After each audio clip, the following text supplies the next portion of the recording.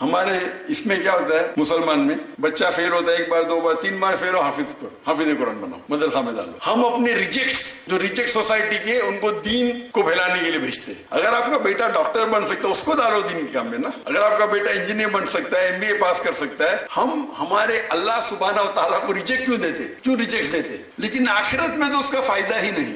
اگر وہ تعلیم آپ کے رب کی طرف لے کے جاتی ہے آپ کو اللہ کی طرف قریب لے جاتی ہے انشاءاللہ آخرت میں تو فائدہ ہے ہی. اس دنیا میں بھی فائدہ ہے. آپ کو لگے گا فائدہ نہیں ہے.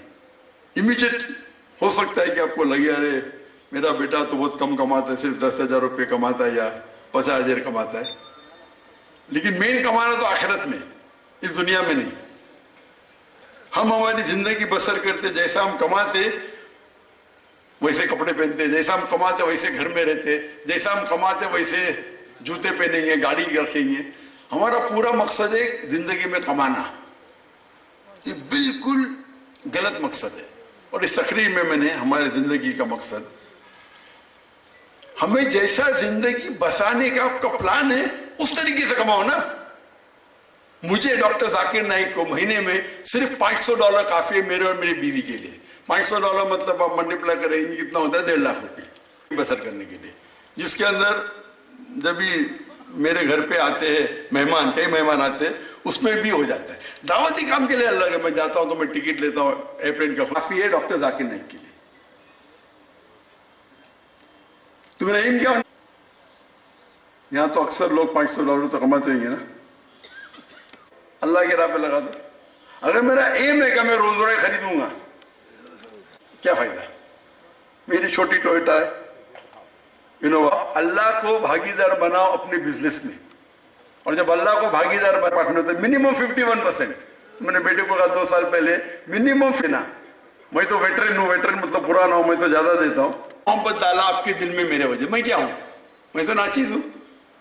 اگر میں سب سے بڑا ڈاکٹر بنتا تھا دنیا میں تو بھی اتنی پبلک نہیں آتی تھی جتنی آپ دیکھیں بادشاہی مسجد میں. برابر میں بڑا مقرر نہیں ہوں. یہ اللہ نے آپ کے دل میں میرے لیے محبت ڈالی تو آ گئے آپ. اللہ کا بھاگیدار ہم سمجھ رہے. تو اکثر لوگ سوچتے ہیں میں کیا کروں, میں MBA کروں, یہ کروں, سوچنے کے لیے کہ کیا میں کروں زندگی میں. تو ماشاءاللہ سیالکوٹ میں تو کافی امیر لوگ ہیں. ہمارے اس میں کیا ہوتا ہے مسلمان میں بچہ فیل ہوتا ہے ایک بار دو بار تین بار فیل ہو حافظ قرآن بناؤ مدرسہ میں ڈالو. ہم اپنے جو ریجیکٹ سوسائٹی کے ان کو دین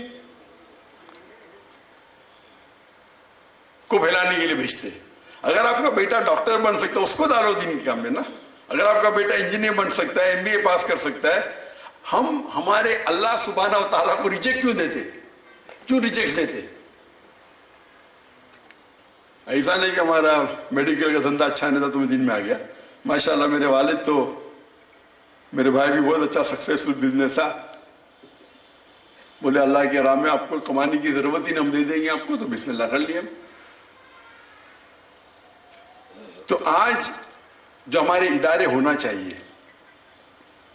ہمارے ادارے مغربی ادارے سے بہتر ہونا چاہیے. ایون ٹیکنالوجی میں اگر آپ تاریخ پڑھیں گے, آپ 8ویں 9ویں صدی پڑھیں گے تاریخ, اس میں یورپینز کہتے تھے یہ دور اندھیرے کا دور ہے, ڈارک ایجز. انگلش میں کہتے ہیں ڈارک ایجز, اندھیرے کا دور. کس کے لیے؟ یورپین کے لیے, دنیا کے لیے نہیں. جتنی ترقی دنیا نے 8ویں صدی 8th سینچری اور 9th سینچری میں کی, لیکن کس نے ترقی کی؟ ہم مسلمانوں نے. ہم مسلمانوں نے اتنی ترقی کی کہ اگر آپ کو سائنس کے اوپر تحقیق کرنا ہے آپ کے لیے لازم ہے کہ عربی زبان سیکھیں. تو غیر مسلم عربی زبان سیکھتے تھے تحقیق کرنے کے لیے. آج ہم کیا زبان سیکھتے؟ انگریزی سیکھتے. کیا نہیں, میں نے بھی سیکھا.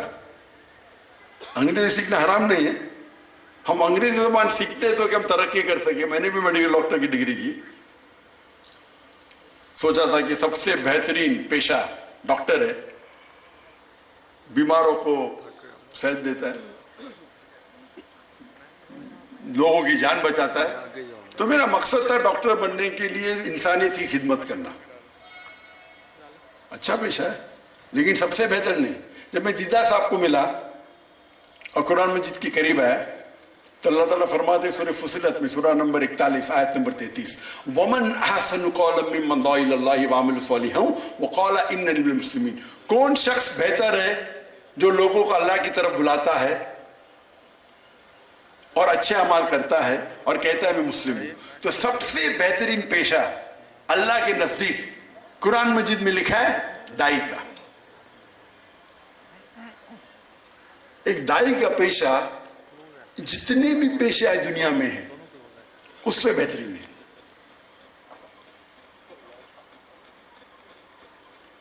اور